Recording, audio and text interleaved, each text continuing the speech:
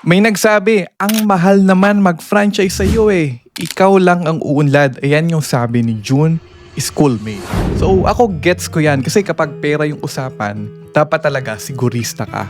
Pero dito kasi sa amin, hindi lang yung cart yung binibili mo, kundi ang nakukuha mo dito is yung mismong sistema, yung mismong training, yung mismong support, at syempre yung pinakamahalaga rin dito yung community.